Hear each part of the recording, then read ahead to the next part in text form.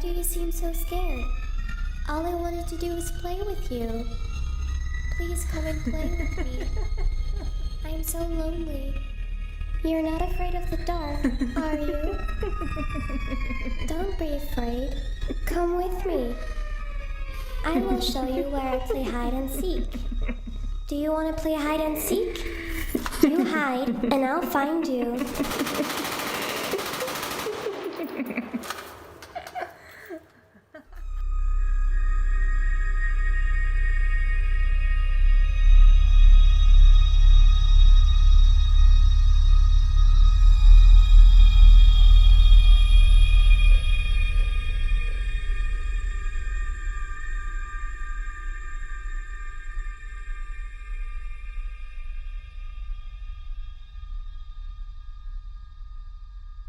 For about a decade, serial killer and rapist Rodney Alcala murdered and sexually assaulted women and girls on both sides of the United States.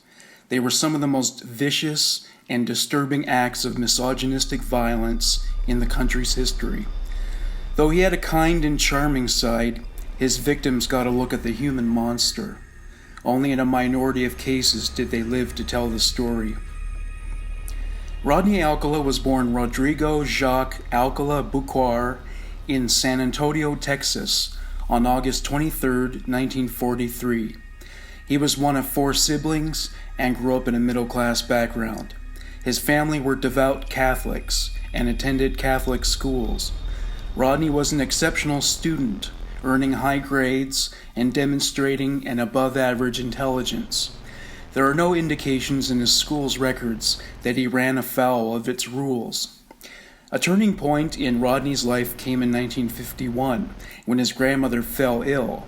His family decided to move back to Mexico. It was decided that she should live out the rest of her life surrounded by family in the home of her youth. The children enjoyed their life in Mexico because they could attend regular public schools without all the religious instruction. 2 years later, their grandmother died. Following this, their father abandoned the family and moved back to the United States. 3 years later, Rodney's mother moved him and his siblings to Los Angeles. He graduated from high school in 1960.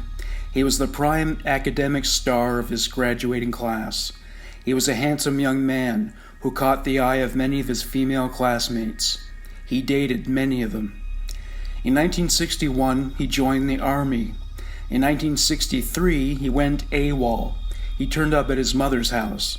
It was illegal to leave the Army the way he did, and his mother became distressed when considering the possible consequences, like being arrested and serving time in military prison.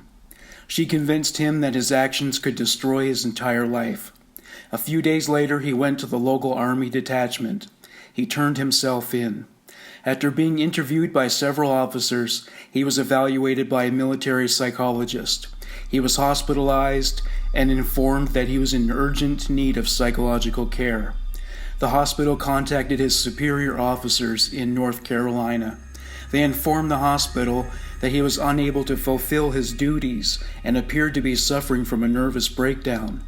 He was diagnosed with antisocial personality disorder and received a medical discharge. In other words, he was considered to be too much of a sociopath to kill for the Army. The first crime Rodney Alcala is known for having committed occurred in Los Angeles on September 25, 1968. According to a motorist who witnessed his actions at the time, he lured an 8-year-old girl named Tali Shapiro into his apartment. She had been walking to school alone. She was in high spirits, skipping and singing. He saw her from his car. He slowed down and yelled to her, "Hey, sunshine, do you need a ride?" Tali was startled by this. She almost tripped when she turned to see who was talking to her. He was in a convertible and standing. He was smiling. He appealed to her again. "Do you need a ride somewhere?" Tali said, "I'm going to school now." "That's okay. I'll take you there. Get in." "Do you know where I go to school?" "Why, sure I do. Get in. I'll take you there." Rodney knelt over toward the passenger seat and opened the door.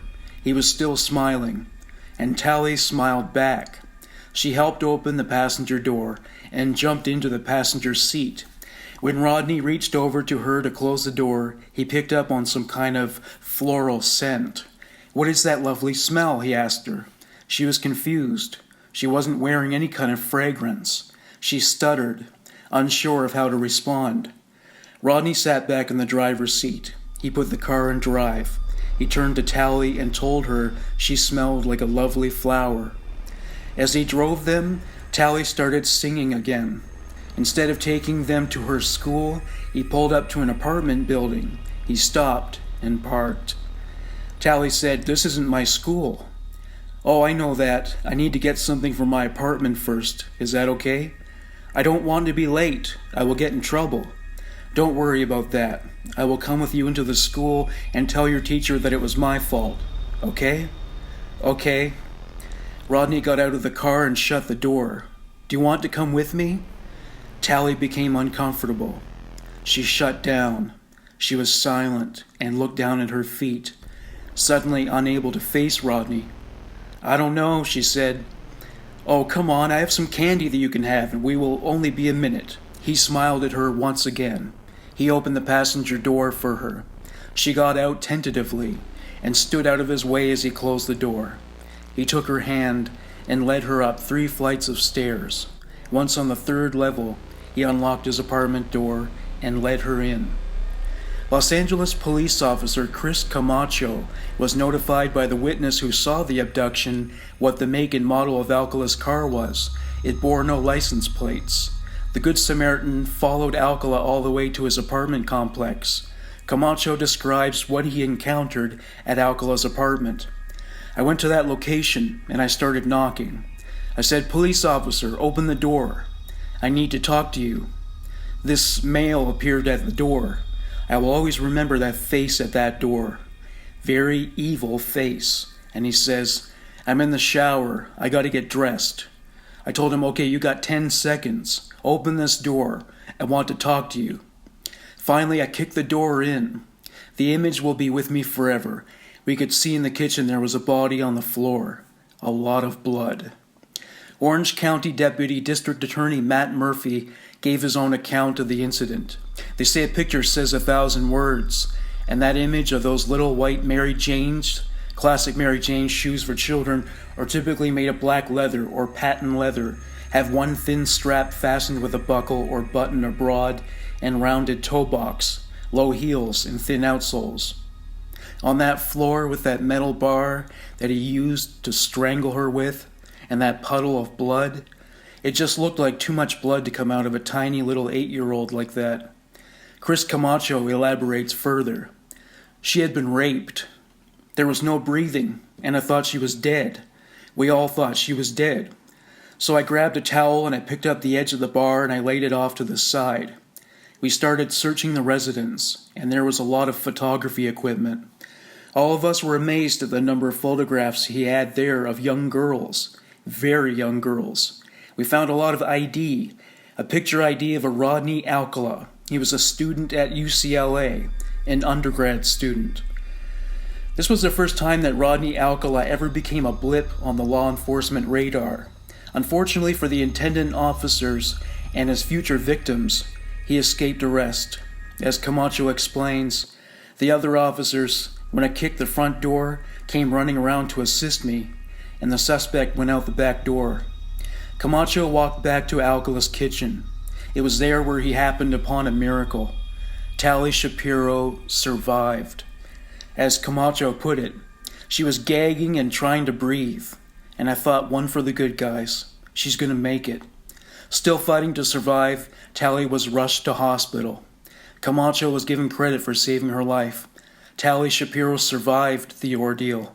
Her parents moved her out of the United States, feeling that the country was too violent to raise a family in. There were no leads or clues on how to determine Alcala's whereabouts. A further complication was that past associates, like one of his professors at university, said that based on his estimation, Alcala was harmless. The police's counterparts in the FBI told them that Alcala was going to commit other crimes, likely of a similar nature. In 1969, Rodney Alcala was put on the FBI's most wanted list. As Los Angeles detective Steve Hodel said at the time, "We've got to find this guy. We've got to get him off the streets. We've got to bring him to justice." They got their first big break 2 years later, August 12, 1971.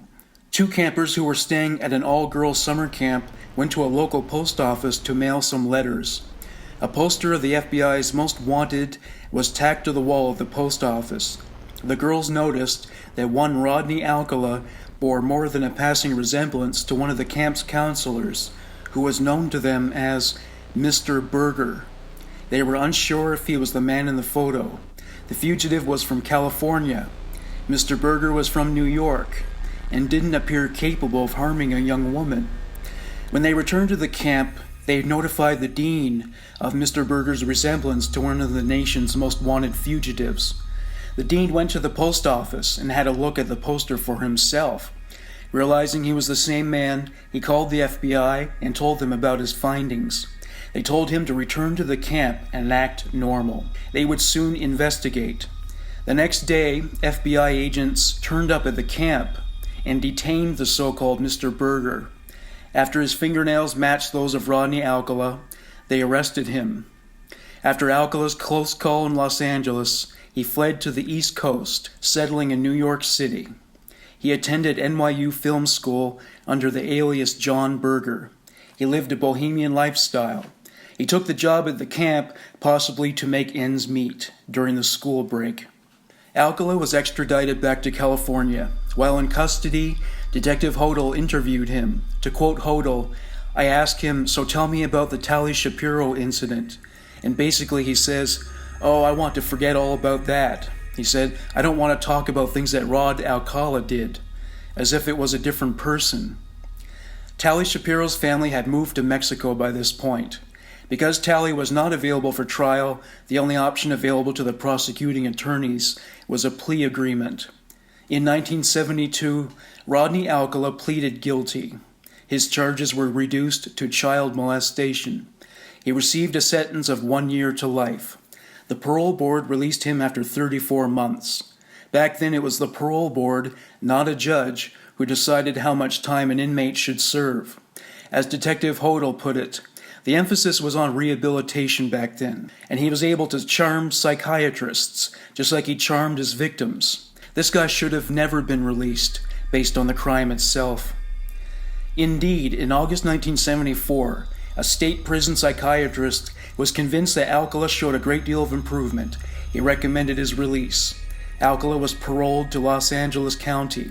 He registered with the Monterey Park Police Department as a sex offender, as required by law. He moved in with his mother. He managed to land a job with a photography company. His mandate was to take pictures in stores in South Los Angeles. On October 13, 1975, Alcala drove to a shopping mall in Huntington Beach. He saw a little girl waiting for a school bus. He noticed that her name was written on her books. He screamed at her this salutation: "Hey Julie, I'll take you to school if you like." At first, she didn't answer. He tried a new tack. "I have some great posters to show you." She looked up and smiled at him. She decided it would be more fun riding in a car to school than taking the bus. She got in his car and he drove them out of the mall. His next question: "How old are you, Julie?" "I'm 13 years old, but everyone thinks that I look much younger. You will like that when you get much older." She nodded. He introduced himself. "My name is John Ronald." "My name is Julie Johnson." They passed her school. "Hey, that's my school. I can get out now." Alcala didn't stop. He stopped answering her too. "You can stop the car now. I want to get out." He didn't stop. But he did answer her this time. "Sorry, I've got to make a quick stop to check on an apartment. It won't take long." Julie became restless. Alcala told her to sit still. She became frightened and began to scream. Alcala screamed back, "Shut up." Julie was so frantic by this point that she tried to escape from the car. Alcala grabbed her arm and trapped her inside. He pulled to a stop. Julie tried to escape again, but his grip on her arm was too strong for her to break free from. He yanked her out of the car and dragged her to a place by the bluffs at Huntington Beach. He deposited her on a rock. As she sat, he lit a marijuana cigarette. He forced her to smoke it. She had never smoked it before and was reluctant, but she was frightened of him, so she smoked it. As she motioned to pass it back to him, she dropped it deliberately. As he bent down to retrieve it, she tried once again to escape. She didn't get far. He grabbed her leg and pulled her up against him. He forced a French kiss on her. As if she were a woman he picked up at a disco, he asked her, "Are you passionate when you're loaded?" Just then a park ranger noticed them. He smelled the marijuana smoke. When he approached them, he asked them what they were up to. Alcala spoke for them. We were just hiking and now we're taking a break." Feeling safer now, Julie told the ranger that Alcala forced her to go there and she wanted to go home. The park ranger arrested Alcala. He put them both in his car and drove them to a police station. As Julie told the officer she was coerced into going to the bluffs, Alcala told him that they were friends, the marijuana was hers, and the whole excursion was her idea. The officers were unsure of who to believe. It wasn't the first time they encountered young girls in the company of older men at the bluffs. The other girls had accused the older men of kidnapping them with no evidence to substantiate the accusation. The officers ran background checks. Julie was clean, but of course Rodney Alcala was a parolee. He was charged with marijuana trafficking, kidnapping, and violating parole. He was taken back to jail. Alcala violated parole once again on December 26th. He provided a minor with drugs. He was slapped with a prison term of 2.5 years. In June of 1977, Rodney Alcala was eligible for parole. He was declared to be re-reformed and was released. This time he was required to report to his parole officer every week. According to Matt Murphy, Rodney Alcala slithered his way into prosperous circumstances by turning on the charm, effective as always. He got jobs. He was hired by the Los Angeles Times as a typesetter. He took photos at weddings, and he was a registered sex offender during all of that, and nobody ever checked. The consequences of releasing Alcala at that time would prove to be catastrophic. To quote Detective Hodel, "His thrill is seeking his prey, capturing, torturing, hurting. He's a sadist of the highest order. What he learned in prison was, I'm not going to let my victims live."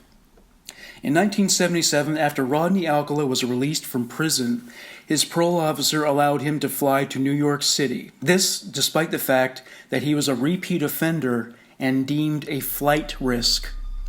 New York Police Department cold case investigators believe that a week after arriving in Manhattan, he murdered Ellen Jane Hover, 23 years old. She was the daughter of the owner of a Hollywood nightclub called Ciro's. She had 2 godfathers, both members of the Rat Pack, Dean Martin and Sammy Davis Jr. Her body was found buried on the property of the Rockefeller Estate in Westchester County. If discretion had been a priority for him, he would have understood that both the victim and the location would attract publicity. She lived in an apartment building within walking distance of the Empire State Building. On the day of the historic blackout of 1977, July 13th, Hover was seen talking to a man described as tall, thin, with long hair worn in a ponytail. Her boyfriend saw them talking. She told him that he was a photographer and very charming. On July 15th, the power was turned back on and she met with the photographer for a luncheon. She had a dinner date lined up for the evening and her parents expected a phone call from her. She never made it for the dinner date and her parents never received a call. Her parents became concerned and contacted the police because she never answered the phone when they called. The police paid a visit to her apartment. There were no indicators of a break-in. They took a look around the apartment, but Ellen was nowhere to be found. The only clue to her whereabouts in the apartment was her diary. It was open, and in the entry for July 15th, she wrote, "John Berger, photographer." Her family enlisted a private detective to find the photographer named John Berger. He disseminated a missive promising a $100,000 reward to anyone who could provide knowledge and evidence of Ellen's whereabouts. Flyers bearing this information were distributed throughout New York City. Later that month, the New York Post published an issue featuring this headline: "Girl Missing, Fear Abduction." Finding Ellen would not be easy, given the circumstances. The son of Sam was still at large, and his identity had not been discovered yet. Also, 17,000 people were reported missing. After spending a month in New York City, Rodney Alcala returned to Los Angeles. He sought full-time work. He obtained a position as a typesetter for the LA Times. 11 months later, Ellen Hover's remains were discovered in a shallow grave in North Tarrytown, a district of the Rockefeller estate. Her body wasted away. It was skeletal by the time it was found. The only way police were able to confirm it was Ellen Hover was through her dental records, as well as 2 rings and an ankle bracelet she was known to wear. Detective Donald Task worked as part of the missing persons squad. He found Ellen Hover's body after receiving a tip regarding Rodney Alcala. Alcala was fond of watching the sunset from the cliffs above the Hudson River. The missing persons squad visited the area 24 times during their search. They hit pay dirt when they found a pair of panties and a brassiere. They theorized that they must have belonged to Ellen Hover. Their next task was to search for bones. After the story was covered by news outlets, a young single girl called the detectives handling the case with a tip. She informed them that she posed for photos taken by a photographer named Rodney Alcala. She told them she posed for him on the Rockefeller estates. The photo session occurred at almost the same spot where Ellen Hover's body was found. In October of 1977, 18-year-old Jill Barcomb disappeared. A week later, she called her family to inform them that she was okay. She drove out to California with some friends, and she enjoyed California so much she opted to stay there. All her friends returned to New York. Jill was left alone in Los Angeles. No friends, no family.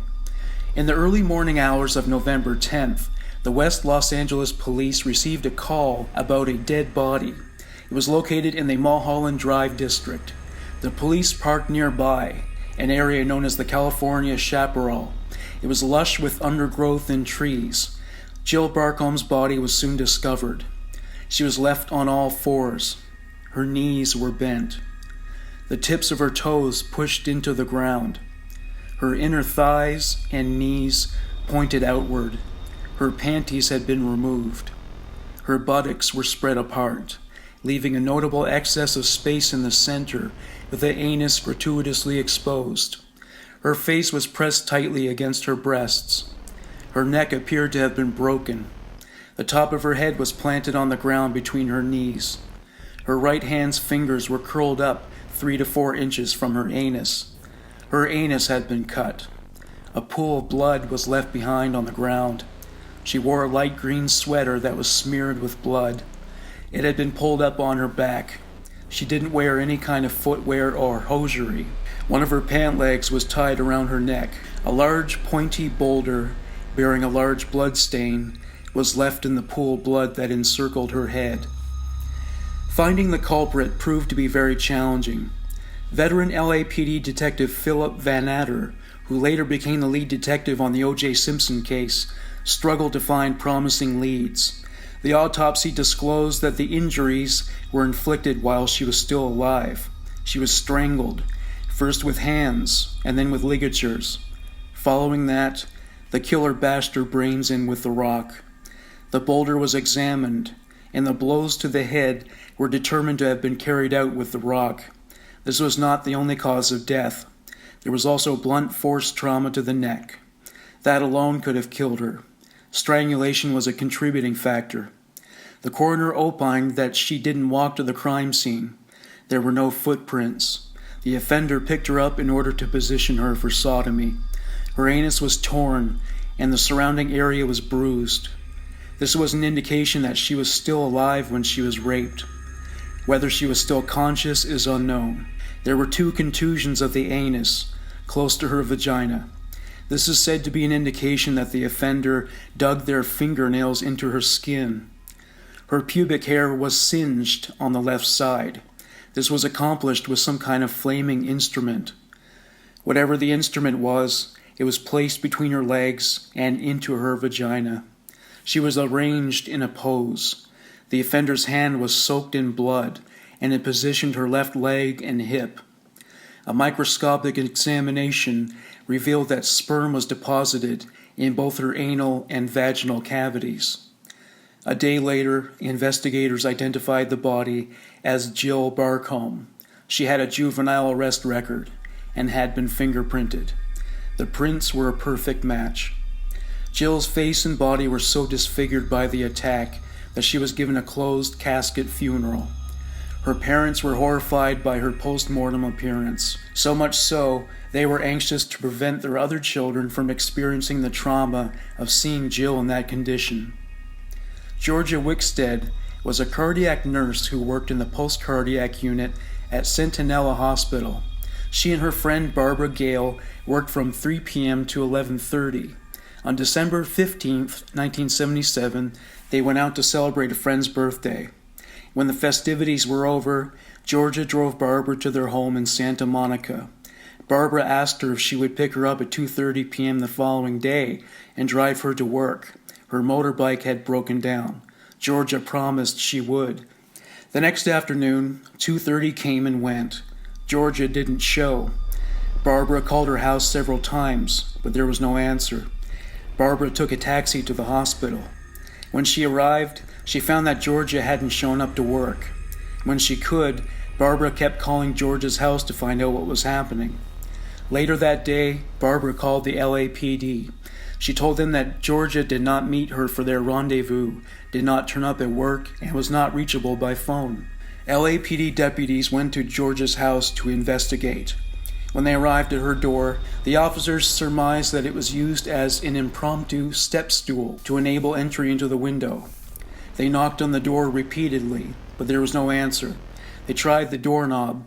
It was left unlocked. When they entered the unit, they were struck by a wave of intense heat.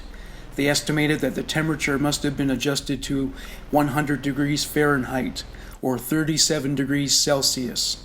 The apartment was so dark, they had to illumine their way with flashlights. After about 2 minutes of searching, they happened upon a dead body.